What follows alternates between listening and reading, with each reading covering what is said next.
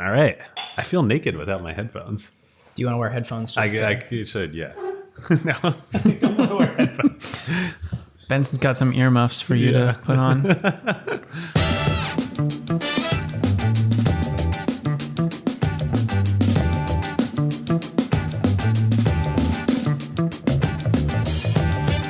Welcome to Season 2, Episode 2 of Acquired, the show about technology acquisitions and IPOs. I'm Ben Gilbert. I'm David Rosenthal. And we are your hosts. As we mentioned in December, we're moving to a seasons format where we can do multi-episode themes and mini-series across episodes. This season's mini-series is on startup fundraising. So to date, we've exclusively talked about exits on the show, and we've glossed over plenty of fundraising events as part of these stories, but we've never really dug in. How do these rounds come together? What's the process? And what do different types of fundraising rounds allow a company to do? So our first episode is about the Series seed of one of the most prominent VR companies in the market, Against Gravity, the makers of Rec Room. And we are super fortunate to have with us today the co-founder and CEO of Against Gravity, Nick Fajt. Nick is the co-founder and CEO of Against Gravity, as I mentioned. They're the makers of Rec Room, which is the VR social club where you can play active games with people from around the world. Rec Room is available on the HTC Vive, the Oculus Rift, and the PlayStation VR. And before that, Nick was a principal program manager at Microsoft working on HoloLens and Forza Motorsport. Yeah, we're excited to have Nick with us. Longtime fans and listeners of the show might recognize Rec Room from our Oculus episode. And we are excited to thanks for the shout out there. Dig in further here.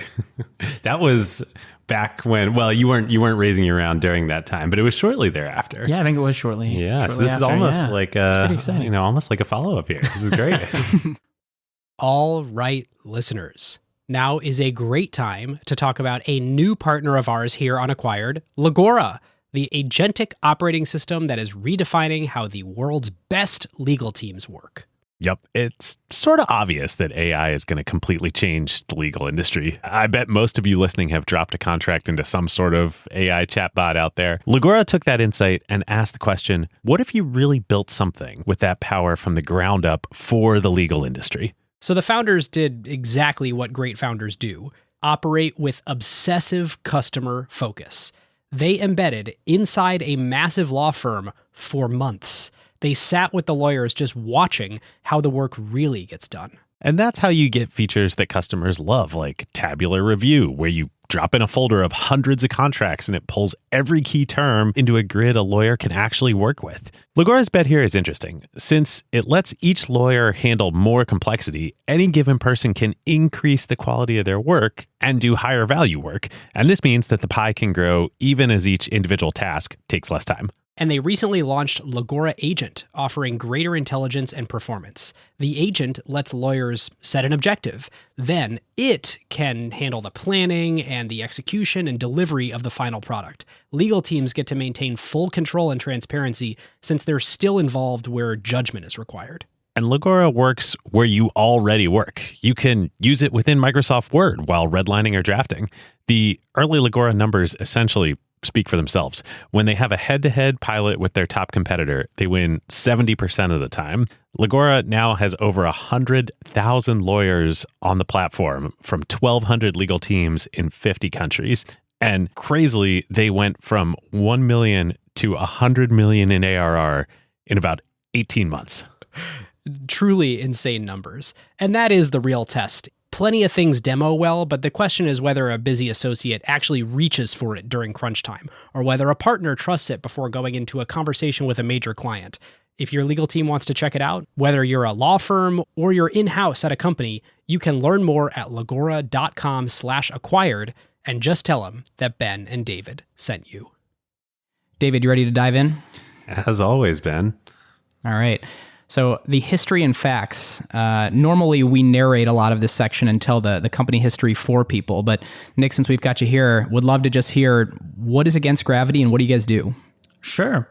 So Against Gravity makes Rec Room, which is a virtual reality social club where people from around the world can meet up in thousands of different rooms. And each room is a different experience.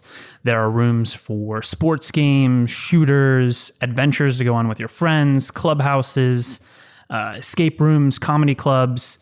And some of these rooms are made by us, but increasingly more and more are made by the community themselves.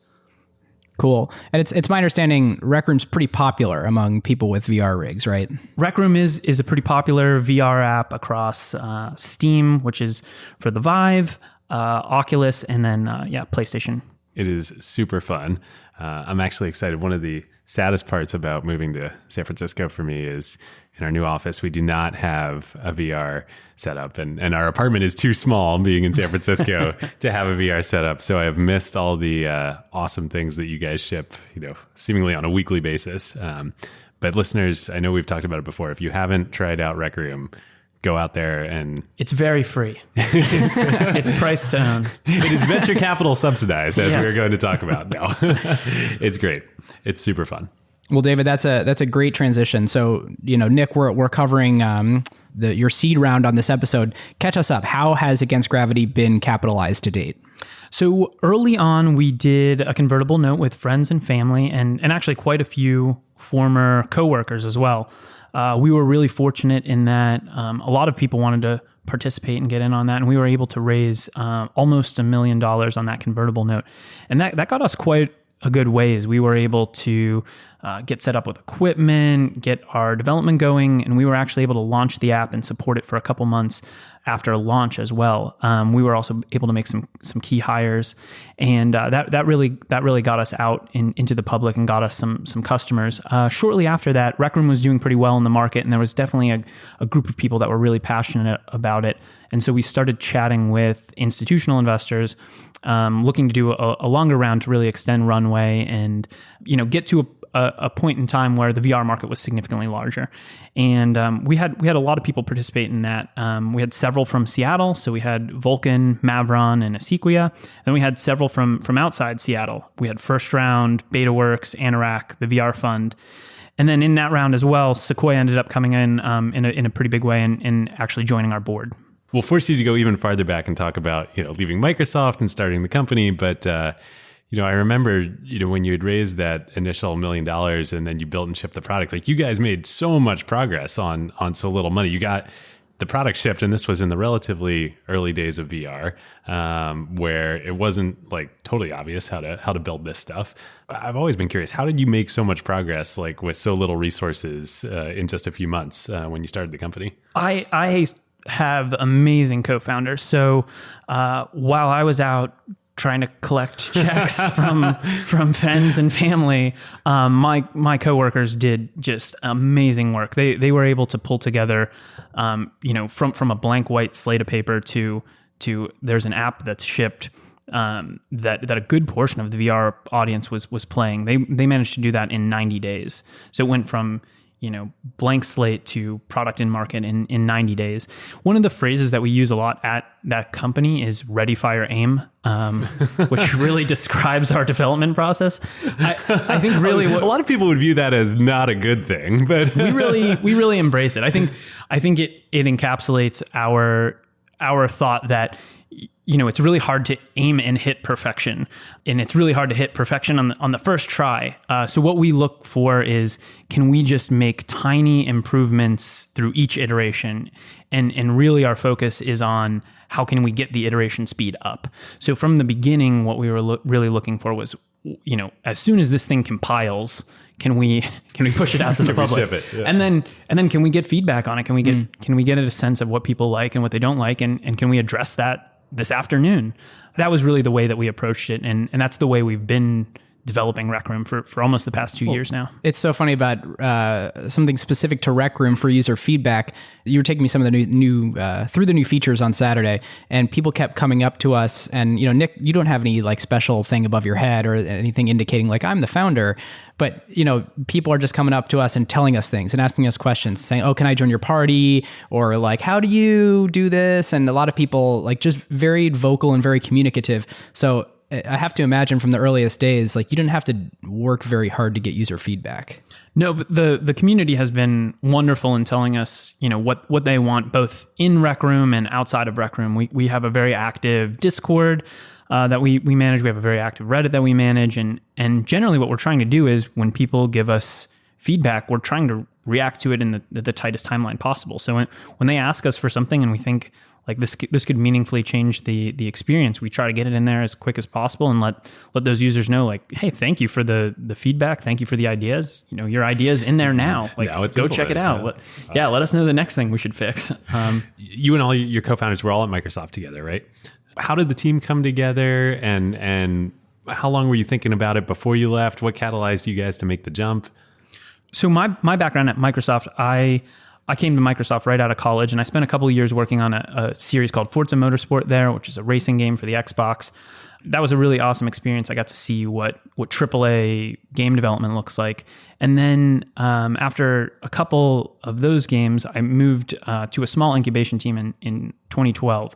And that incubation team ended up growing into the HoloLens team. And that was where I met most of my co-founders. So we had worked at Microsoft on HoloLens for several years. And really what we were doing was building demos for early prototypes of HoloLens. And then we were also working on some of the apps that shipped with the development kit of HoloLens.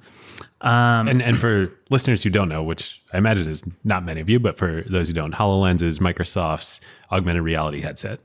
Yeah, that's correct. So when you joined in 2012, years before it shipped, what did it look like then? Because it's a pretty sleek, sort of self-contained device now. It looked like the Doc Brown helmet from Back to the Future. Like it was...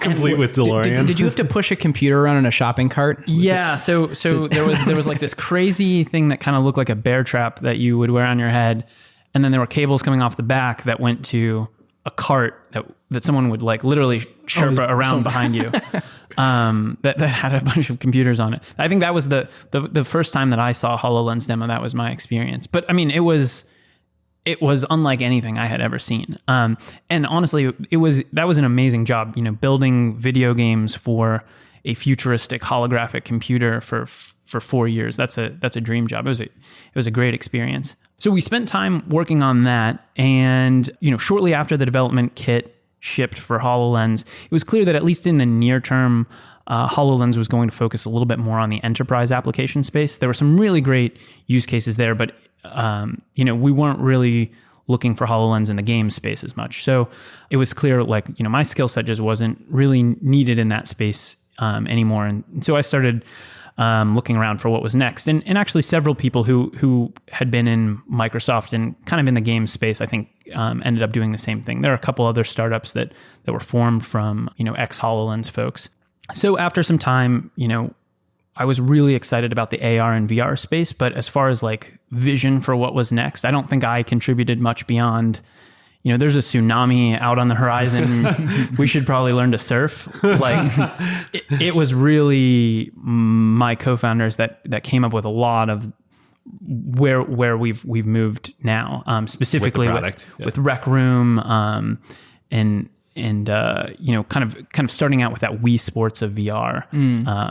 This is an interesting nuance here. So, Nick, we've chatted about this. Against Gravity is a very opinionated company, and you've thought a lot about a lot of things, and you do things differently than a lot of other companies. And one big one is you have one product, but your company's name is in no way the same as your product. What was your philosophy behind that?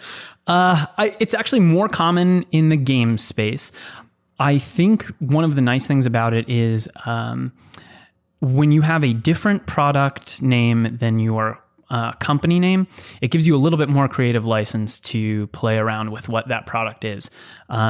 That product can fail and you don't fail. Your company doesn't fail.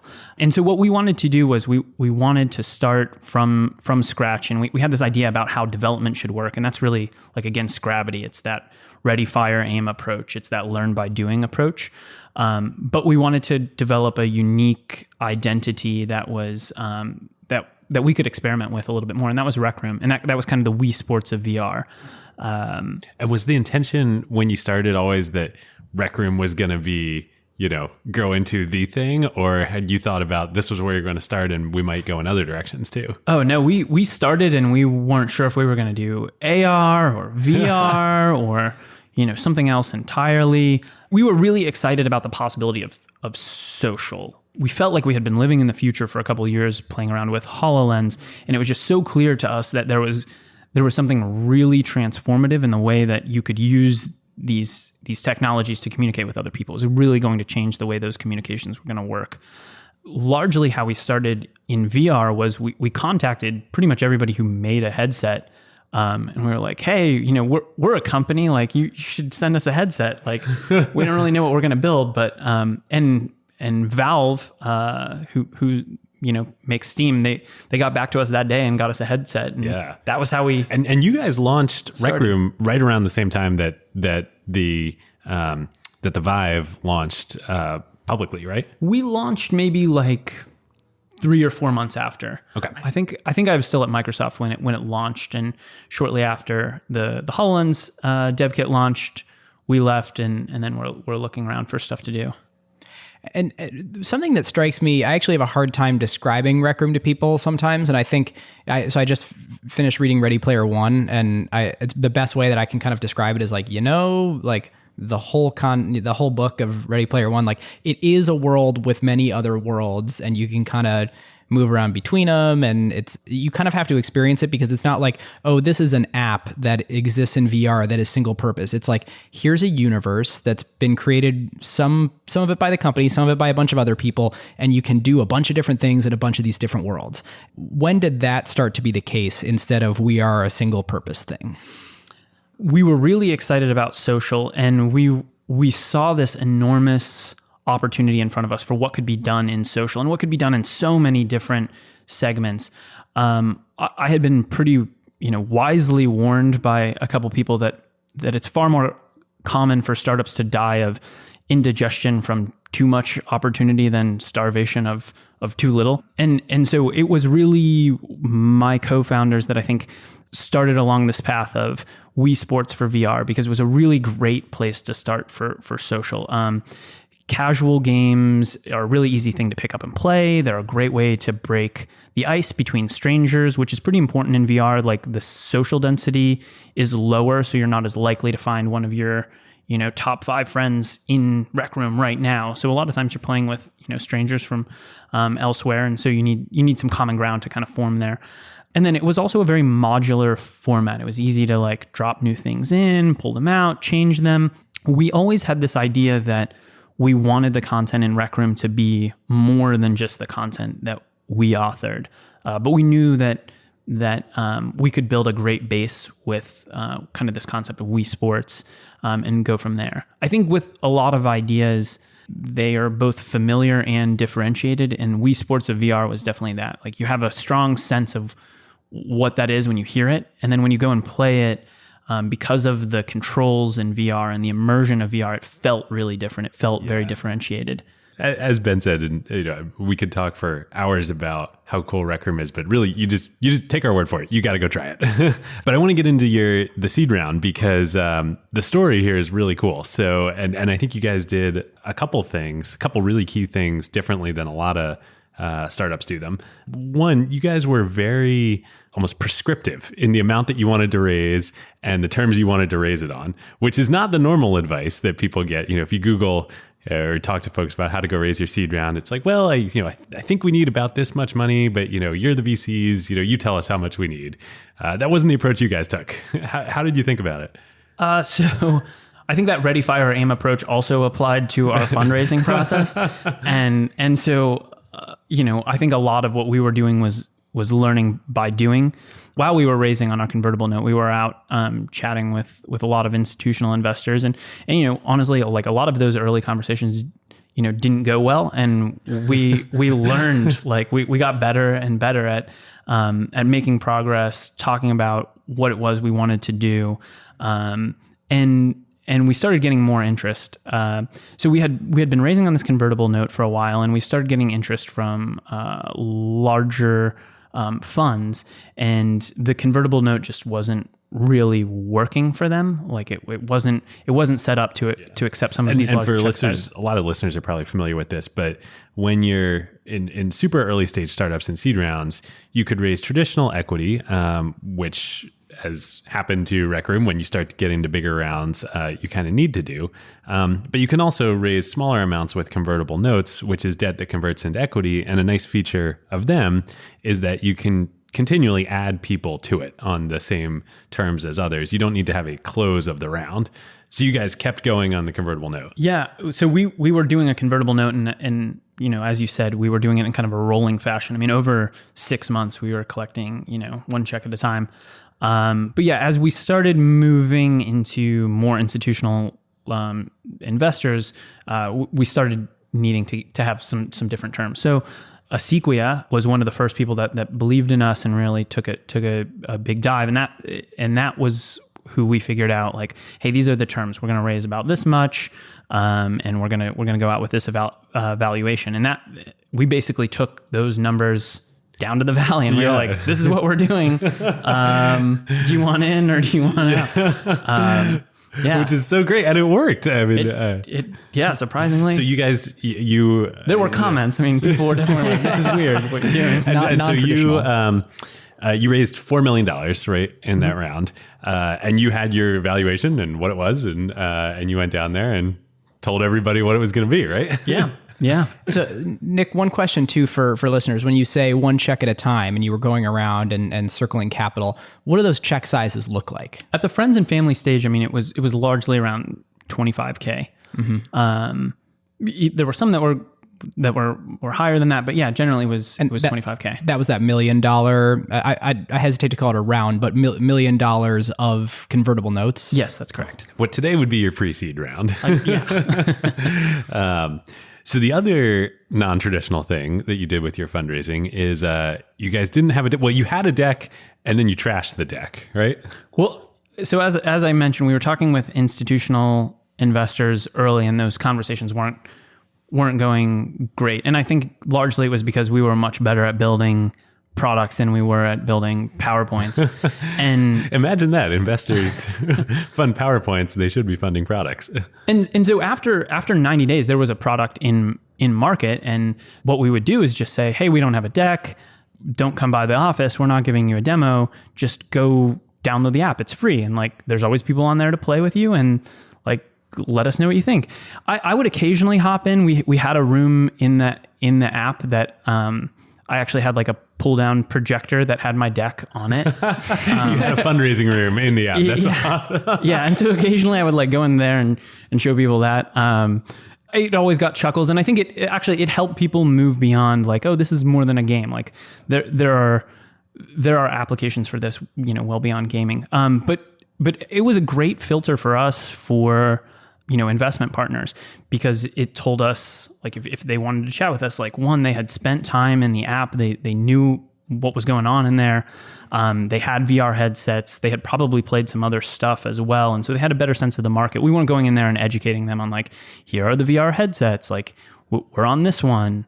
I think it just kind of upped the level of knowledge for the people we were talking to generally. Qualification is something that is so important. And I just think this was brilliant, like finding a way to pre-qualify anyone you would talk to. If you're just like, no, I'm not sending you a deck. You have to like know the landscape, have access to a headset, be willing to try my app. If somebody makes it through that funnel, like they're probably going to be pretty interested. And oftentimes they would have really great suggestions for us. I mean, even if they weren't investing, if they spend an hour in the app, they could tell us like, hey, this thing was broken, or I didn't like this, or I didn't understand that. And that was, that was helpful feedback early on. I would much rather get the feedback on my product than on my deck. So it's worth pausing here for a minute just to like, Nick, I know we've said a lot of nice things about you on the show already, but like 90 days and you guys had a product in market. I don't care how good it is. It was good enough for investors to go and experience, or people to go and experience. You had users, especially in VR where it involves 3D modeling and all this rendering stuff. And it's on a new technology stack where there's not a ton of familiar developers. I mean, it's kind of mind blowing. I would say it was all, our team was really cohesive and unified from the start, and they're very, very talented. I can take literally no credit for it because during that period of time, I was out unsuccessfully showing our deck. So it was really, my co-founders and our early hires that were hustling. It takes a lot of bravery to like put out a product that doesn't look the way that you want and doesn't operate the way that you want and only has 10% of the features that you want. But I think, my co-founders were really brave in deciding like, hey, the right way to build this product roadmap is to get this out in front of people and see what they do with it. It's interesting from a philosophical perspective, because I'm a believer in that too, of get it out, get user feedback, iterate quickly on that, ship often. And I think that's the mantra and that's the drum people beat these days. I think that's a lot easier in emerging markets where you don't have user expectations set and where users are preconditioned to not be harsh. Oh, absolutely. I think you guys were pretty fortunate there to be in a situation like that where, there's many other industries where if you were to launch a mobile productivity tool or like a Strava competitor or something like that, where it's the feature set is well understood, it's like there's so many things that are table stakes that you would just get laughed off the face of the earth before you could even, really show what your product vision was. I mean, we always talk about tech themes before we're ready on this show, but this is a really good one, right? Like it's kind of like if there's not yet a product in market that has product market fit, like Strava or, whatever in whatever category, you can get away with it. But once there is, you can no longer get away with it. I think one of the nice things about being in an emergent market or even being in the trough of disillusionment is like it really is a gift for product development, because user acquisition is free, competition is functionally quite low, quality expectations are very, very low, and so it really you can build a product in a much more iterative fashion, and honestly the market is a little bit more efficient, I would say. Like if no one's playing your VR app right now, it's probably not very good.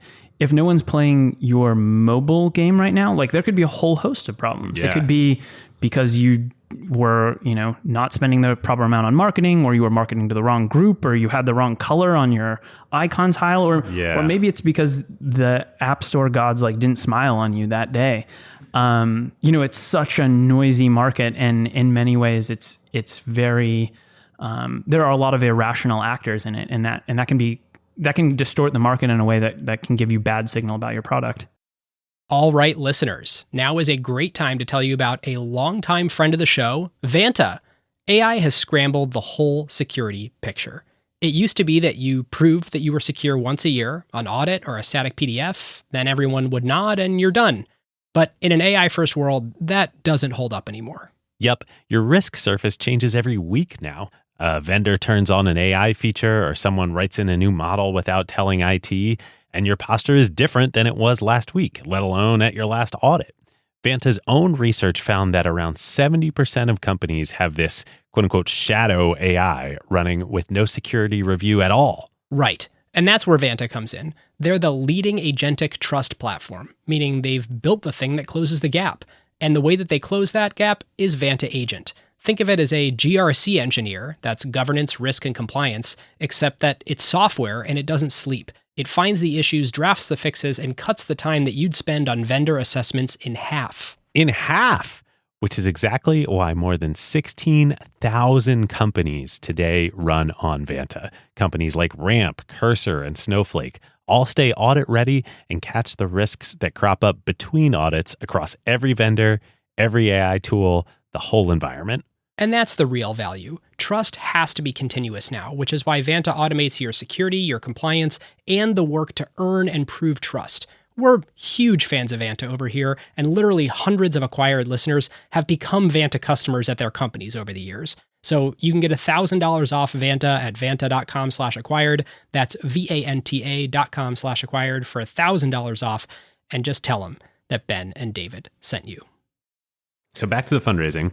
You had investors that were willing to meet you in Rec Room, so you'd qualified them. After that, you do your first meeting with them, you have your first conversation, they try the product. What was the cadence of interactions after that? It really ranged. It could be months. It could be hours. I think if people were really interested, it was fast. It was like I would get another call as I was Ubering away from their headquarters or something. And then there were a lot of other ones where it was like, all right, hey, well, we'll stay in touch. I think one of the things that I learned, and I try and pass this advice on, is let's keep in touch is probably no. Anything other than yes is probably no. A hard no is pretty rare actually in the investment space. People kind of want to keep their options open, and maybe that entrepreneur will surprise you in a couple months. But yeah, I think it's easy to hear those things and think like, oh, I'm on the right path with 20 firms, right? Yeah. And realistically, you're not. It was clear to us like who was interested, because they would really hustle to get us to the next stage and the next meeting very quickly. And what was like the, even for you guys, a very successful seed round, what was the conversion rate through that funnel from like do that first solid, good interaction or, high fidelity interaction to, yes, I'm actually interested versus let's stay in touch? So there were generally like 3 stages. So the first was most firms had someone who was kind of qualifying, was doing the kind of first check on you. Like oftentimes that would be like a principal or an associate or something like that. If you get through that one, then generally you're chatting with one partner. And then if you get through that, then you're chatting with like the full partnership. There's the Monday meeting that you're going to. I would say our clearance rate was, we were getting through maybe half to a third of the principals, associates, then maybe like 20% of the partners. And then by the time we got to the partnership meeting, generally those went well. Yeah. But I mean, that's a huge drop off though. It was pretty, there was a bunch of people that were just like, VR, no. You're doing anything that sounds like games, no. Again, we got better at telling the story of what we wanted to do. We were kind of like, really we have aims beyond games, but we think this is a great place to start, and we think there's a lot to be learned here. But it was a little too much for some people. Mm-hmm. There's a trodden path of, hey, here's our wedge, and then we're going to expand into this big vision. And by doing this wedge, it'll put us in a good strategic place to achieve this big vision. But there's definitely the potential to not connect those dots enough where you could say like, oh, we're going to do Wii Sports. Then we'll be everything in VR. Like then we'll be this whole world where anybody can interact socially doing anything. And it's like you need to self-select into being a believer, I think, to help cross that chasm. I think also while this was happening, like the story was being improved verbally, and then it was also being improved like by my co-founders literally day over day. So we would meet in Rec Room, and then they would see more evidence that, no, this is expanding over time. And actually there's quite a few things that people, like even in the early days, we were seeing people use it for virtual meetings. They would hop into one of the rooms and like use it. We had a whiteboard in one of the rooms, and people would like use it for virtual whiteboarding sessions. Which is awesome because it's public, right? Yeah. So this would be the equivalent of just like walking into a Starbucks and having a business meeting. Yeah. I mean, in the early days, it was public. Now you can have your own private rooms and private instances and everything. But in the early days, yeah, people were using it for all manner of things that we never expected. People were giving talks in there, and like it was pretty wild. Yeah. That's awesome. As you were interacting with people on the investor side, like what impressed you? How were you qualifying them? Thinking about who you ultimately ended up wanting to work with? I would say the thing that was impressing me the most was, we were like living and breathing VR. We were in there all the time. Occasionally we would run into investors where they were just drop shipping in. They spent 5 to 10 minutes listening to my spiel, and then they would have some new perspective that I had never thought of. They would be like, have you thought of this? And it would totally open up this new path that I had never considered from being, 6 inches away from it.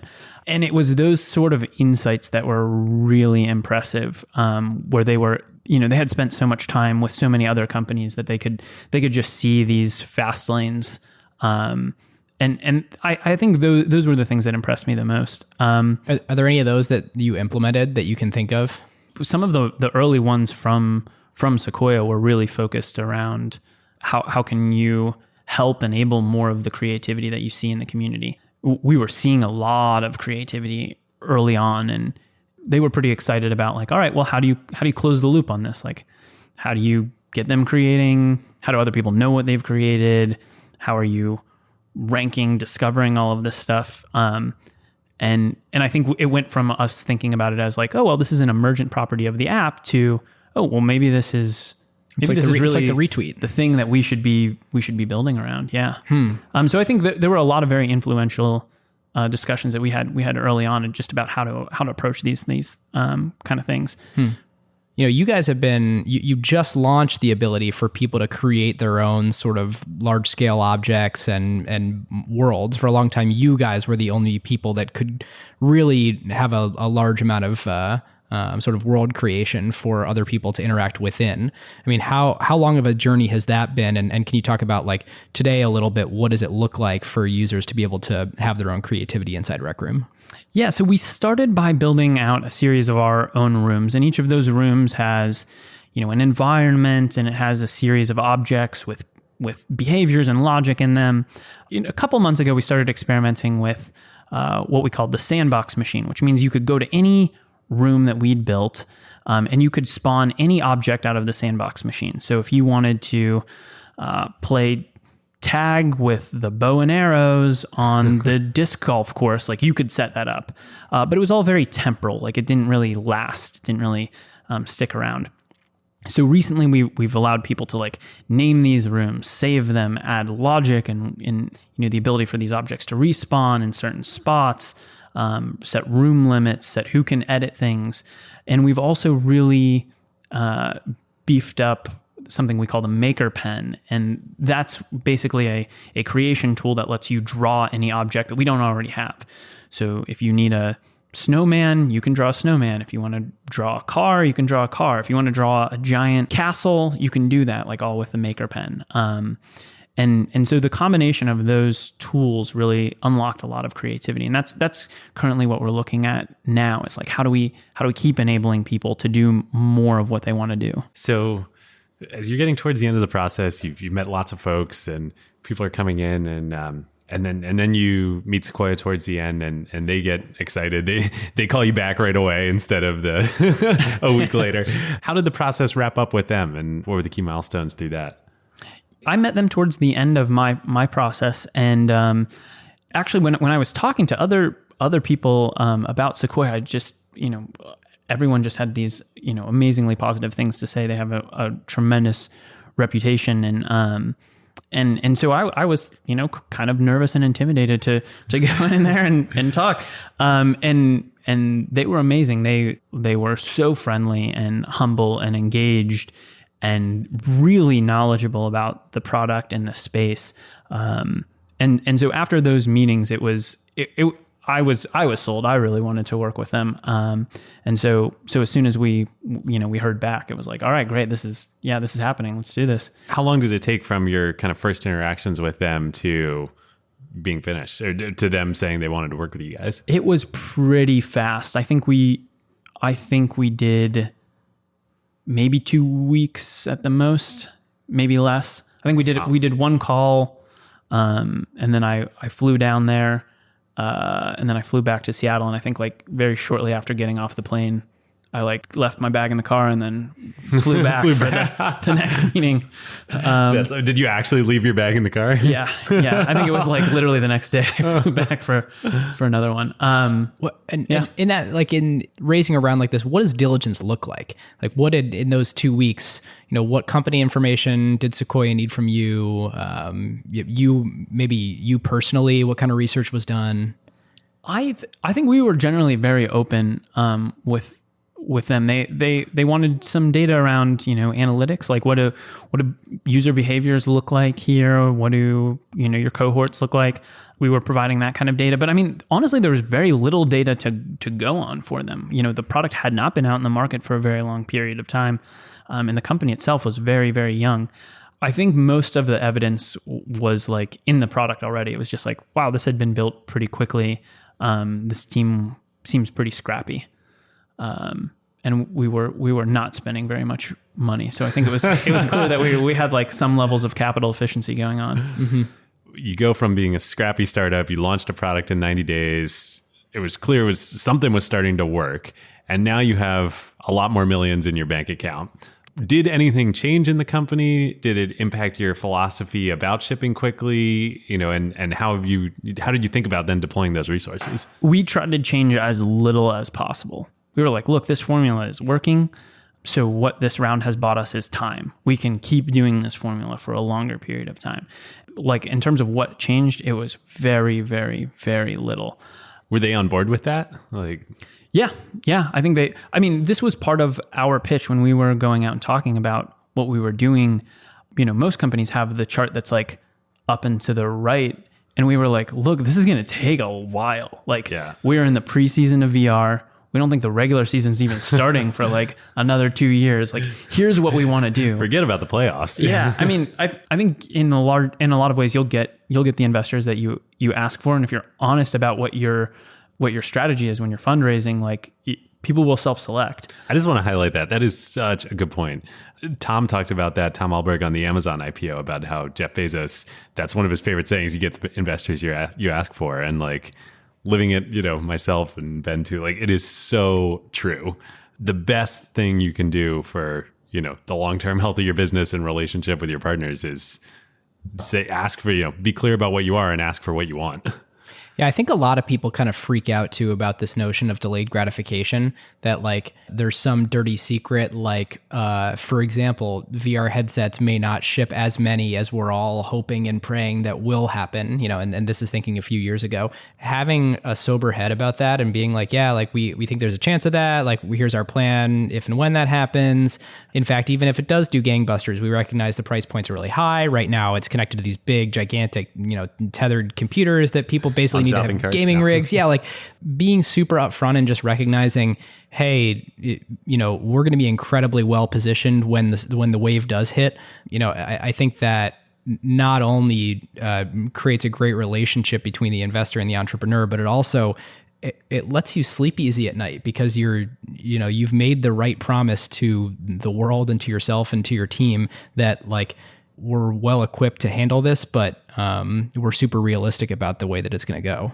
Yeah, I mean, keep in mind, we had started working on HoloLens in 2012, and it took 4 years for us to get the dev kit out the door. So we were very early. And I think when was Oculus founded? 2012?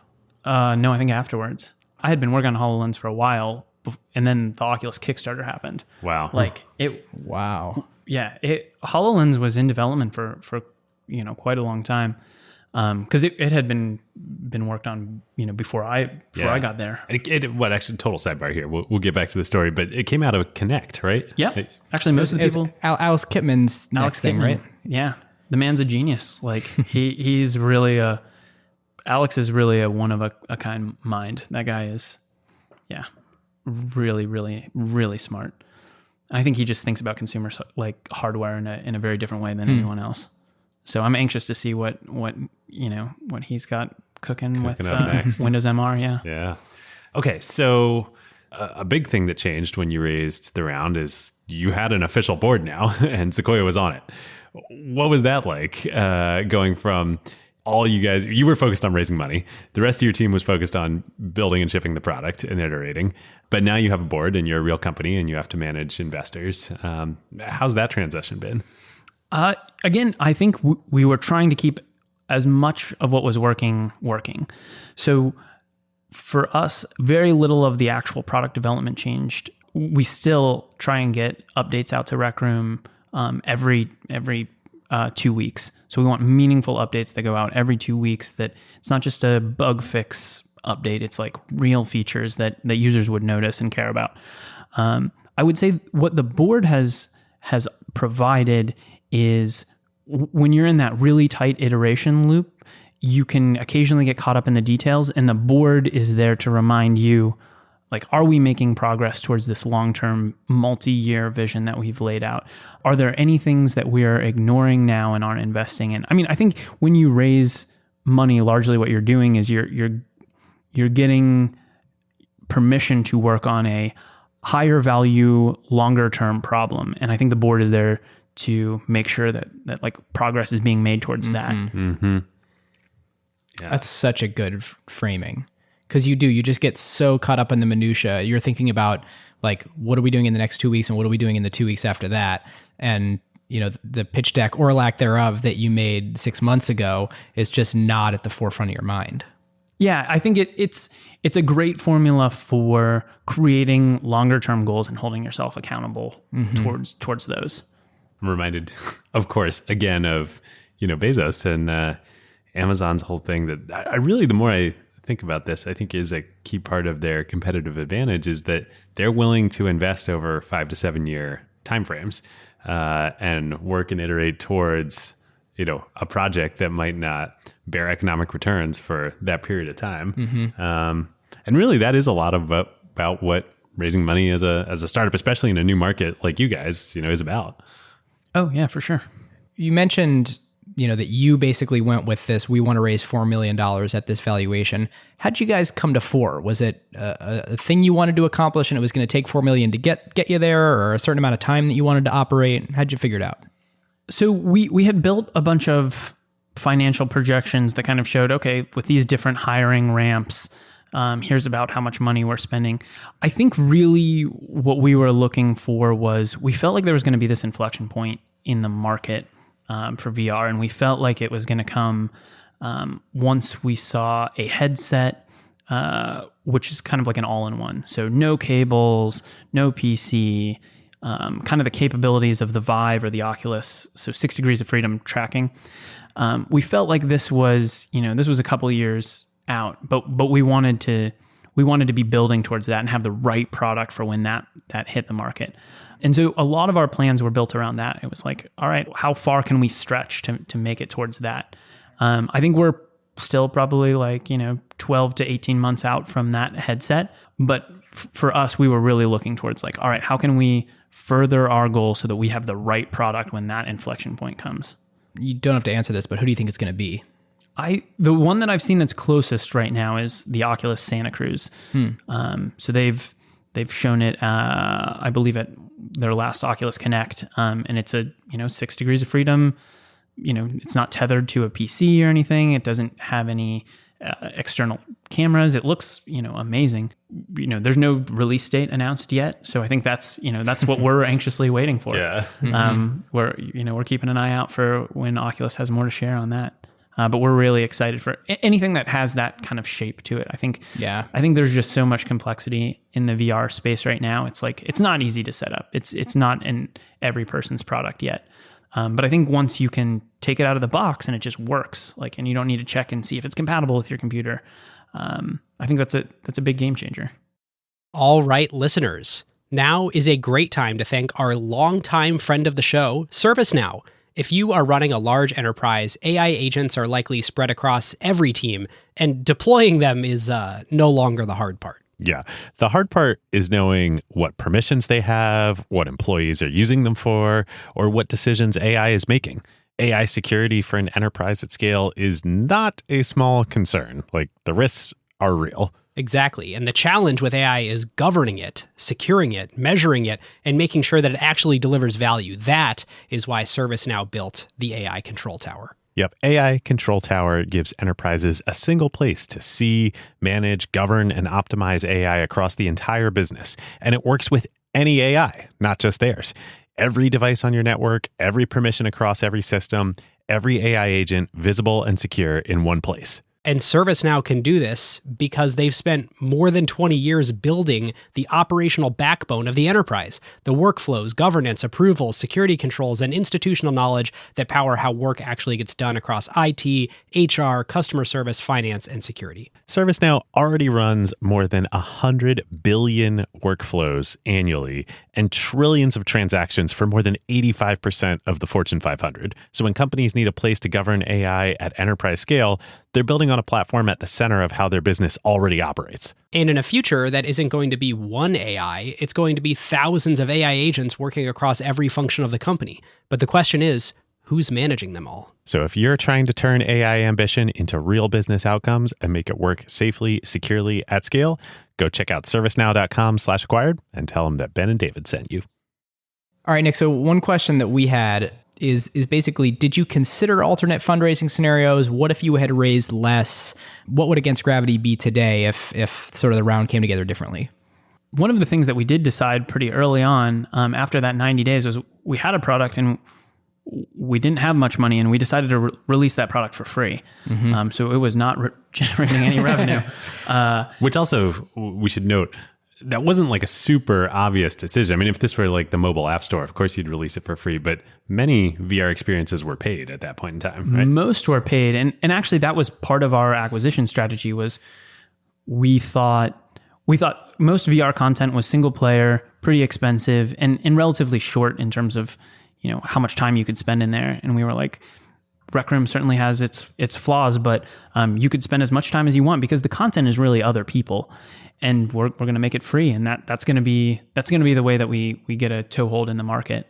So that was our thinking up front. I think if we had not raised funding, we would be focusing on, I would say, running known frameworks of monetization inside of Rec Room. So we wouldn't be focusing on longer term problems where like learning is really, it's unclear what the best practices are.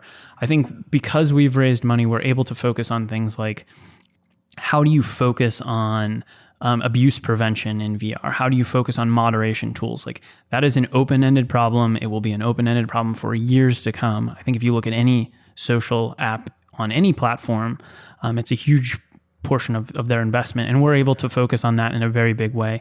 And that makes a big difference. I think we're also able to focus on things like user-generated content. How do you enable people to express themselves and their ideas and make those things come to life and share them with other people? We're able to focus on those problems which aren't revenue generating because we have breathing room with around.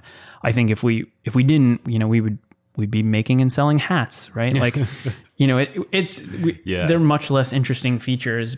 And they're much less open-ended. On that, I don't know if I've ever asked you, in some ways, like the world you guys were coming from with, Forza and in some ways how Microsoft's thinking about HoloLens, like, I could imagine it would have been easier tempting to be like, yep, we're going to box this software and sell it for $60 a pop. Like, did that ever cross your minds, or was part of this vision from the get-go being like, no, this is going to be free, this is going to be social, we're going to do this differently? We definitely had conversations early on about like, should we make this $19.99? Like, what does it look like if it's $19.99? I think we were really inspired by the development of something like Minecraft. I think Minecraft really grew up in public, and it earned its complexity by interacting with its community. It didn't come out day one and say like, oh, here's everything you can do with Minecraft. I mean, it slowly got more and more complex over time as people learned the systems. And as its community taught other community members the systems. Like, Minecraft doesn't have many tutorials. It's because there's millions of tutorials you can find online from other players teaching each other. And I think what we believed was, in order to get that kind of development cycle going in an early market with very few people, it had to be free. And putting it behind a paywall was just going to make that flywheel spin slower. So it was a risk, but it was a calculated risk. It was like, in order to build the product that we want, in order to get the feedback that we want, in order to build the community that we want, it has to be free. The point about the fact that other people are the content and you guys don't have to engage in level building at a frantic pace in order to stay one step ahead of the community so that, you know, they'll have something to do. You don't have to pump out new DLC every week.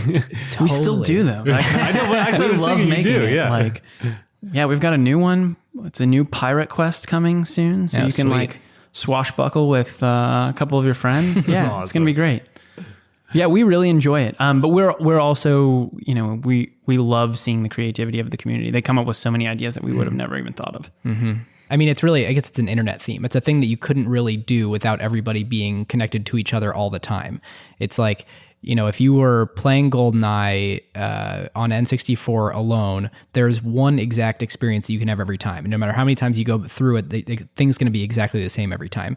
But in a world like Rec Room, or let's say on a platform like Facebook, every time I load up the news feed or every time I go to the same level or world in Rec Room, it's going to be a unique experience because there's all this different content. So you can keep going through the same trotted ground over and over and over again and have different unique experiences that have sort of longer engagement cycles and higher retention than you would otherwise. There's also this amazing ability for expression. I think there are so many people that that have these amazing ideas, and a lot of times the tech tool set is just kind of outside of their reach. And I think if you look at things like Unity or Blender, they've opened up creativity for a lot of folks, but it's still not everyone. Like, not everyone can create 3D content. Not everyone can build a game. And so what we're aiming for with Rec Room is, like, literally anyone can come in and build something meaningful that expresses their personality. Yeah, you were telling us before we started about the Frozen castle. Oh yeah, somebody built a replica of the castle from Frozen, including like costumes from the movie that you can That's just stick onto your avatar. Amazing. Yeah, we've seen amazing stuff like that. We've seen comedy clubs. We've seen 2 Rec Room users who met in Rec Room decided to get married in the real world, and they actually had their wedding reception in Rec Room. They invited like 40 of their closest VR friends. They made a VR bouquet for the bride. They made a wedding cake, and they actually had a ceremony with vows exchanged and everything. Everybody were wore there their wedding crashers. Everybody wore their fanciest avatar clothing. It was amazing to see. Like that That was cool. never something that we would have expected at the start. And I think those sort of emergent activities are the things that like really inspire us to keep adding new stuff. It's so funny when Facebook was just starting, when I was in college, I had a good friend, still a very good friend, that I met at a summer program I did during college. And he went to school in Boston, and my wife Jenny and I went to school in New Jersey. And then the next year, Jenny was studying abroad with one of her friends from Princeton in Paris. And my buddy was Facebook friends with Jenny. And this was all, it was still like colleges only. And he posted on Jenny's wall, saw a picture Jenny had posted of her roommate in Paris, and said something like, hey, thanks in advance, Jenny. I know you don't know me very well, for introducing me to your blonde friend. And then they got married a couple years later. Wow. And that was like for me, that moment of like, man, this platform is like, and this has already happened in Rec Room. That's so cool. Yeah. I think one of the other things that really got us excited about Rec Room, because the internet has ushered in several social platforms. There was something just so different about social in VR. If you look at social on the web, it's actually largely asynchronous. It's largely text-based or photo-based. And so with VR, it's all real time, and you get these subtle cues like people's head tilt, you see their hand gestures, and it really feels like you're in the same room with somebody who maybe is on the other side of the world. We've heard from several people that they have some fear about social interactions in the real world, but having the ability to practice in VR almost like helps them like reduce their social anxiety. There's tons of people in the world who I think their well-being is not being satiated by the social software that's out there. Like, I think in many ways we're more connected to more people now, but I think in many ways people feel more alone due to some social software. And I think what we want with Rec Room is really to foster some sense of well-being. Like, we really want this to be a place that you enjoy spending time, and you look back a month from now and you think like, that was really time well spent. Like, I'm really happy that I went in there and spent 2 hours hanging out with people. Do you get the reference there that you just made? No. This is literally Mark Zuckerberg's words this last week was, we want time on Facebook to be time well spent. I didn't know that. Yeah. No, I mean, we have always focused on that. I think often we regret the time that we spend on Twitter or Instagram or something like that. But I think very rarely do we regret the time that we spend with our friends, at a restaurant. And that's what we're trying to build in VR. We're trying to build that feeling where it's like, this is real social interaction. It's not a facsimile of it. It's like, we're really here together. Look, I know we've doted on, on Rec Room this whole episode, but like, that is what it felt like this weekend. We were hanging out and time was flying, and, it wasn't because the specific activity we were doing was cool. It's because like, we were sort of just hanging out together, and like, of course, doing those quests was also cool, but anytime you're hanging out together and you have, bows and arrows and swords and paintball guns. And, not a bad time. probably going to be time well spent. It's true. All right. So before we move on to tech themes officially for the episode, Nick, I just wanted to sort of get your take on the VR market today versus, what a lot of probably overly inflated expectations were a year or two ago. And also, how has the dominant platform that people are using sort of shifted from your expectations, or has it matched? Sure. So I think right now there are probably around 4 to perhaps 5 million high-end VR headsets. And these are things that give you kind of the facsimile of like hand motion and you kind of get the sense of walking. They're often referred to as 6 DOF headsets or 6 degrees of freedom headsets. I think depending on which marketing report you read, it might have been, hey, everybody and their brother has 3 Oculus in their home. I think there were some very optimistic reports out there, but I think including some by like Goldman Sachs and like Yeah. Well, I mean, hey, I think they just published a new one like earlier this week where I think they're predicting 30 to 60 million by 2020. I think the tricky thing is like these things grow exponentially; they don't grow linearly. So when you miss, it feels painful in the earlier years. For us specifically, we were like, man, this is gonna take 10 years. Like it's just gonna take a long time before this is a mainstream thing. We're in the PDA phase of mobile phones. Like the iPhone moment hasn't happened yet. The BlackBerry moment probably hasn't happened yet. So I think we're still waiting for those moments, but we can see them on the horizon. And I think there are so much that you can learn as a software developer now, right? There is a critical mass of users that go in there every day and they're very vocal about what they want to do and what they expect the software to do. And you can be learning from that right now. And so that's really where we focus. As far as where the dominant platform is versus my expectations, I think the one that's really run away with it, that surprised a lot of people, including myself, is PlayStation VR is currently the highest selling of those high-end headsets. I think the reason is it's the cheapest and it's the easiest. There's something very simple about it. Like if I have a PlayStation VR and I just take it out of the box, it's going to plug into my PlayStation and it's going to work. And I think that simplicity is missing in other segments of the market right now. People are working on it, but I think it's shown that consumers are reacting to the ease of use. They're reacting to the lower price point. And I think it bodes well for anyone who's betting big on, hey, if we can make this easier and cheaper, more people are going to do it. I think there's another camp in VR that's like, it needs to be way more immersive with more pixels, a wider field of view, haptic bodysuits. Ready Player One sooner rather than later. Hey, I look forward to all of those things. Like Rec Room will happily take advantage of each and every one of those. But I don't know that those are the barriers to, another 10 million, 50 million people experiencing this. Tech themes? Tech themes. Let's do We it. finally arrived. Nick, you had mentioned that these things happen exponentially and not linearly. And I think I'm stealing David's theme here from our notes, but technology waves and the difficulty to predict them, the fact that they grow exponentially, it looks like until an inflection point, it's just not going to be a thing. And then suddenly, all of a sudden, it's going insane. And this is the new technology paradigm that everybody is using.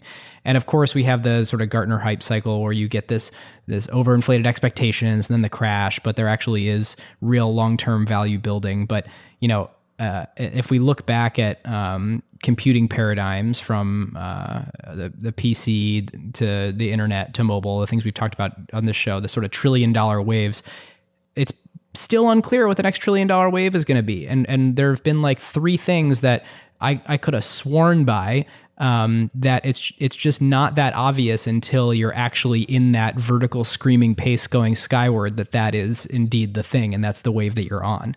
And the 3 things to get specific were machine learning, cryptocurrency, and VR. Like each of them, for moments of time, and some currently now, feel like that there's no doubt in my mind it's the next internet or the next mobile, and we just don't know yet. It's hard. I think for me, then we can let Nick react. But I would take the other side of that coin though too, which is like, if you're actually going to build something meaningful in these waves that are coming, you need stamina, more than anything else, right? And like, I mean, when was Coinbase founded? Like 2012, 2013? I think I saw maybe? it at South by in 2013. Yeah, so probably 2012. Like, Yeah. and we're now in 2018. And it seemed like a pretty established company then. Like it was, yeah. It just takes, that's why I think your fundraising journey is so interesting, right? Like, because that potential is there and it is growing exponentially. And that means it's going to grow very slowly for a long period of time. And you guys need the stamina to go through that. Yeah, I think the way we look at it, and I kind of mentioned this earlier, is being able to build product in that trough is also like it can be really helpful. Your competition is limited, your user acquisition is very low, and you really can have a direct voice to customers, which you can't have at a different scale. I think we went into this one with eyes wide open that it was like, look, this is just going to take a long time, and if you're not looking for something that's going to take 10 years, like this might not be the market for you. There are plenty of markets where you don't need to wait that long. They have different dynamics and they have different challenges, but I think this one, stamina matters more than others. That brings up my next tech theme, which is I hadn't written it down until you brought it up on the show, but you get the investors you ask for. Like, it's just, we talked about it earlier. I'll just underscore it again. Like, you need to be very thoughtful about what your company trajectory is going to look like, what you want it to look like, what reality is probably going to dictate it's going to look like, and then find the right folks to be investors and partners along the way that kind of share that same vision of the world. Because you can have a lot of conflict if you don't. I got one more before we'll ask Nick if he has any, but mine's really domain depth of founders. I think that, Nick, the fact that you and your founders, your fellow co-founders, got a product out in 3 months, that was something you were willing to show investors and could have users actually using in a new paradigm. Like, unless you had been experimenting with this stuff for the last several years and some of the only people on the earth that understood how this paradigm could actually work, I don't think you would have that incredible speed to market. And you can disagree with me on that, but I think some of the best companies are formed when somebody takes a deep dive on something and thinks deeply about it for a while and tries all the angles, and then it becomes a thing and they start a business in that area. I think any startup is really about learning. I think you're really trying to optimize for who can learn the fastest and who can compound what they're learning fastest. And if your knowledge is growing at a compounding rate, then like a small advantage at the beginning can make a meaningful difference. But that's still how we go into work every day now with Rec Room, is like, what can we learn today? What don't we know? What assumptions do we have that are, we haven't tested, or this other data point from some other product is proving incorrect? Like, I think that's the way that you have to approach things in these early markets. Is there's so much learning. There's so much that we take for granted now in the mobile space, or like the web space, where people are just like, yeah, this is just how you do it. This is just how you lay out a website. Put a hamburger button there. Yeah. This is just how you run an ad campaign. But like, somebody had to go through all the pain of figuring that out the first time. Oh my gosh, it's like when Alfred was talking about the user acquisition through the advertisements and TSA. Yeah. It's like, now that's a regular thing, and we think of that as an ad unit. Someone had to like try and pioneer and figure out if that was cost effective. Yeah. Or even like in mobile, like how many years did it take before like free to play like became mature and like people realized that was, how mobile games were going to work, probably arguably to the detriment of, humanity, but yeah, it takes a long time to figure these things out. I mean, there were so many assumptions that we made early that were wrong, and I'm much happier that we like course corrected a little bit every week than we had a massive course correction 2 years later. And I think that would have happened if we, had developed Rec Room in secret for 2 years and then tried to launch it in its perfect form. We would have just built the wrong thing. Yeah, that's actually, I'm going to sneak another one in here. I'm so glad this came up on our first ever, fundraising episode on Acquired. Like, this is like such a classic mistake that I've seen so many founders make, and then investors make it too, time and time again. You get sucked into this like, oh, we're going to go build something in the lab. We're going to go cook in the lab. To joke about Dr. Dre, I guess he can do it. But it doesn't work. It just doesn't work because you're not getting, exactly to your point, Nick, like in an early stage startup, especially in a new market, your lifeblood is your user feedback. And when you're in the lab, you're not getting that. I can say that I don't know if it never works. I can just say it would not have worked for us. Like our original idea, there was much of it that was correct, but there was much of it that would have led us down the wrong paths. And so I think that market interaction is what course corrected us over time. I think we were humbled a little bit here and a little bit there. Carve Outs? Carve Outs. I mean, wait, actually, did you have any tech themes, Nick, that you want to? No, I think you guys nailed it. Nice job. Thanks. What's your grade for this episode? No. Yeah, I think we'll skip that part. Yeah. Mostly because it just doesn't fit this format. We're learning. We're learning. Yeah. We're making changes. We're learning. That's right. Our carve outs are not like supposed to be about the episodes, but this is just like the last book that I finished, and we already mentioned it. But like, if you haven't read Ready Player One and you think this episode is in the ballpark of interesting, you should totally go read it. It is like super. You can blow through it pretty quick. It's super readable. It's really fun. It's prescient. Like I think that a lot. It's written in 2011 or 2012, and a lot of the things that people are talking about today with not only VR, but, the direction the world is going from a political perspective and from like a global warming, like there's just a lot of things that people are talking about that are major issues of our day that were sort of themes of the book 5-6 years ago. And I think the movie's coming out in like a month or so. Yeah, I can't. Right? Yeah, I think it's coming out in March. Yeah. I can't decide if I actually want to see it or not. Oh, I can't wait to see it. Did you see Ender's Game? I don't. No. Yeah. Ender's Game's a little problematic, but yeah. Anyway, really, really cool book, and I'm actually very curious, Nick. Do you like to liken Rec Room to a Ready Player One like world, or do you like intentionally stay away from stuff like that? There are a number of sort of canonical novels in the VR space. I think that's one, and then Snow Crash is another one.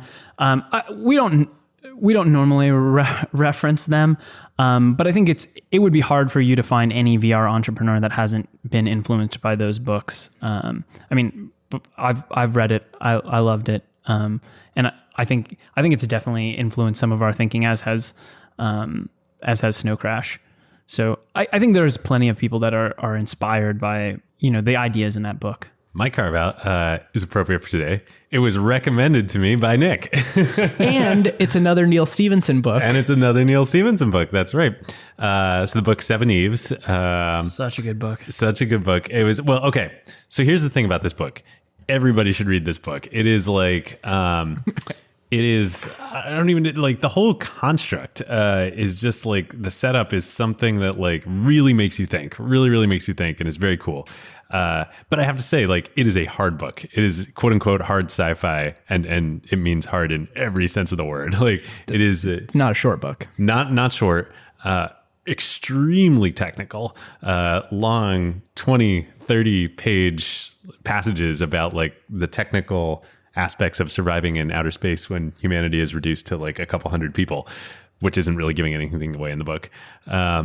Anyway, very, very worthwhile read. Recommended to me by Nick. So thank you. Nick and President Obama. Oh, and also on his reading list. And I have no idea how the guy found the time, but I love 7 Eves. It's a great book. It's like 3 great books in one. Actually, I think it would have been better if it had been a trilogy instead of one book. But I can see why you wanted to get it all out. Speaking of stamina, that book does David, does reward stamina. I can assure you Hollywood will make the movie a trilogy. I mean, they might have to do a trilogy just for the first part of the book. I would love to watch a movie of that. That would actually be really interesting. Yeah. All right. So for mine, I'm going to go with a video game. I'm going to go with Zelda Breath of the Wild. Oh, nice. It's been out for a while. I recently got a Switch and recently finished it. And I bought the Switch for that game. I had just heard from so many people that it was amazing. And actually the reason I wanted to list it as a carve out was, I think you often hear this phrase that like there's only two strategies in business: bundling and unbundling. And I think it's been used like quite a lot. And I think in many ways it's very, very accurate, but I think it reduces what you're bundling to a commodity. And I think if you look in the video space, and you look at Hulu and Netflix, a lot of what they're doing is, bundling and unbundling the same sets of content. I basically bought a $400 video game. Like I bought the Switch for Zelda. And I think it goes to show that like there are some content that transcends that bundling and unbundling strategy where people will do, borderline irrational things to go and find this content. And I think bundling and unbundling, it's really like taking advantage of an arbitrage opportunity. But I think as more people go after that, the arbitrage opportunities disappear. And so you're going to see the value of this tentpole content really being more and more important for distribution platforms. And I was reminded of that after playing that game. It is magnificent. It is amazing. It's funny. I'm considering doing the same thing, buying a Switch It was absolutely worth it. So I think during the launch period of the Switch, Breath of the Wild was, I think, the first in history game that had effectively a 100% attach rate to the console, meaning that, I'm sure there were a few people who didn't, but just basically 99.999% of people who bought a Switch during the launch window also bought Breath of the Wild. Wow. The last time that I can remember anything like that was I do remember hearing that the original Halo had there were at times where there had been more copies of Halo sold than Xboxes, and I had heard that it was similar with the Switch. Was there were more copies of Zelda sold than Switches at certain points. I actually got Zelda before I got the Switch. Like I could get Zelda. Nick is the reason for this stat. It was awesome. Really depressing for like a week. I could just stare at the game. Oh, that's like the worst. It's like when your phone case comes before your new phone. Okay, so we're extended carve out section here. Listeners, feel free to jump off if you want. Go write us a review. I'm stealing Ben's line, but okay. So what's your take on the Switch in general, and also, do you primarily play in TV mode or handheld mode? When I first saw it announced, I was like, this is ridiculous. Like I don't know why anybody would want to do this. This looks really weird. When I first saw ads for it, I did not think it was going to be successful. But I'm really falling in love with it as a console. It's really great. I spend about 50% of it in handheld and then 50% docked to the screen. It's amazing if you find yourself on a plane a lot as well. Like if you're traveling a lot, if you're fundraising, it's a great device. Yeah, I think if you think about like the Clayton Christensen innovator's dilemma, where occasionally people will go past what is needed for consumers. I think there's definitely some of that going on in the gaming space. I think we might have gone past what consumers need in the CPU, GPU. I think what really people are looking for is meaningful experiences, not necessarily more and more realistic graphics. And I think Nintendo has capitalized on that in a good way. It's not as powerful as the PS4. It's not as powerful as the Xbox, but it's it provides a very different value proposition. Well, I got to get one. There we go. I got Apple Music at one point just to listen to Taylor Swift, so it seems like I need to get the Switch just to play this game. Well, on that note, Nick, where can our listeners find you on the internet? Oh man, I have a pretty limited presence outside of VR, so I'm in Rec Room at Nick. And that's it. That's You're the blowing only your way. cover right now. No, that's it. That's the only way you can get to Nick. If you really want to talk to Nick, then that's the filter. Yeah, there you go. That's the filter. All right, listeners, now is a great time to talk about one of our favorite companies, Statsig. Yes, long-time acquired partner.